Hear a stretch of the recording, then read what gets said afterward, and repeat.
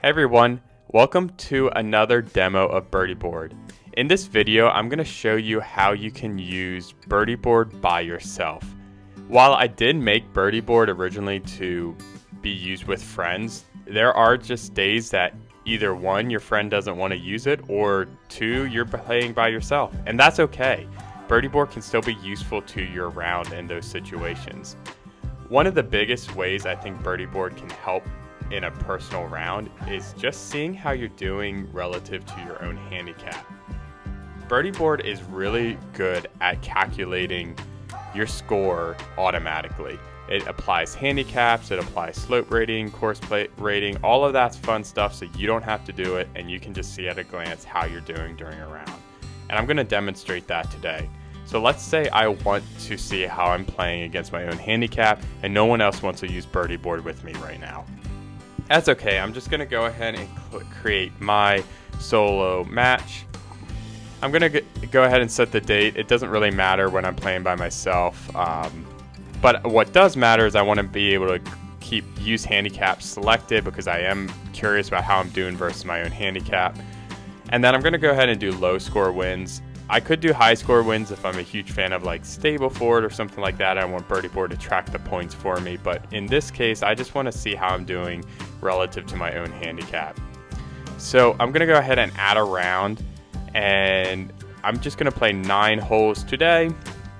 I am going to play a course that maybe has a little bit of a higher par, so let's say 73 par. And the slope rating is a little bit of a harder course, so we're going to do 150 there, and we're going to go ahead and say 75. I'm kind of making these numbers up, but just trying to show you that Birdie Board will take all these calculations into account. And then I'm going to go ahead and set all the pars and handicaps as well for each hole.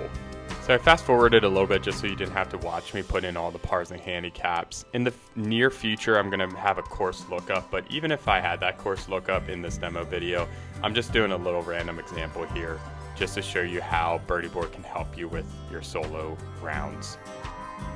I'm going to go ahead and create the match. You'll see it pop up right away in the active area, and I'm just going to go ahead and start it right away. Since you're not playing with anyone, you don't really need to share a match code or anything like that. You can just go right into it. So now you'll see your match start. You'll see yourself as the only player. My name's Corey, so that's the one I'm the only player in this match. And then you'll be able to really start seeing how this is useful to your own game. So let's start off and say I had a really good start, and on hole 1 I start off with an actual par. Well, if I look over here, wow, that's even better because the first hole was handicap 1. And according to everything we put in, slope rating, course rating, the whole handicap, all of that, Birdie Board found out that I get 2 strokes on the first hole. So really, I started off the day for a eagle for that hole. I can jump over the match tab and see that now I'm 2 under par starting the day. So let's play a couple more holes. Let's say I don't quite keep that streak alive and get a couple higher holes in a row here, but then I kind of start bringing it back together. So now we're through 5 holes. I had a good start. We got a triple bogey, double bogey, bogey, bogey. So maybe I wouldn't be feeling that great right now after the way I started, but let's see how I'm doing versus my handicap. Well, it's not looking as bad because you can see 3 of the first 5 holes, I actually got 2 strokes each. And that's because at this random course I created, it starts harder with the handicap of 1, 7, then you get a little easier with 13, and then you have a 5, and it gets easier with a 15. So the first half of this course is definitely the harder stretch. And I'm currently sitting at eagle, bogey, bogey, birdie, par, according to my handicap. And at a glance, I can go over to the match tab and say, wow, I'm actually still doing pretty good relative to my handicap. I'm playing 1 stroke better than my handicap.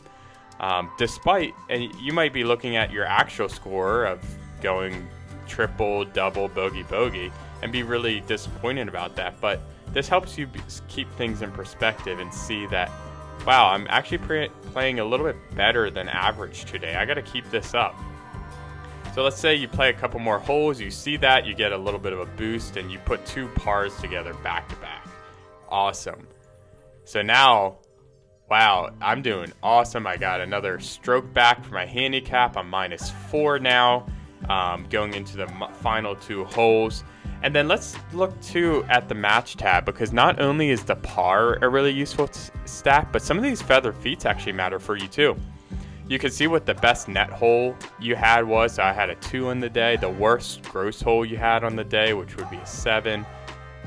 You can see how many holes I went 5 or less. I had a string of 4 holes that I went 5 or less. So that's pretty cool too. That's going to be counted based off of your net score as well. So it really accounts for how well you're doing relative to your handicap. Same with 6 wild. You can see how many holes you had more than 6, and then your worst blow-up hole. What's cool about this is it just kind of shows how in control you are for the round. So 0.9. So your worst blow-up hole was only 1 stroke higher than your average. So if your average is bogey, that means that your worst blow-up hole would have been like a double bogey or something like that.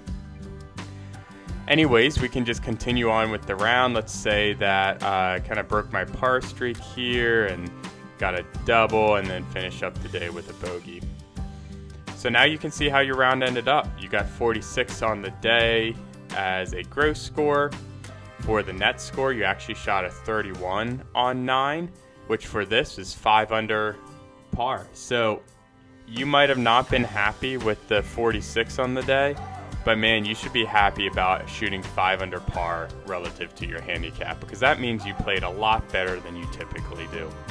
And that's how Birdie Board can really be useful for a solo.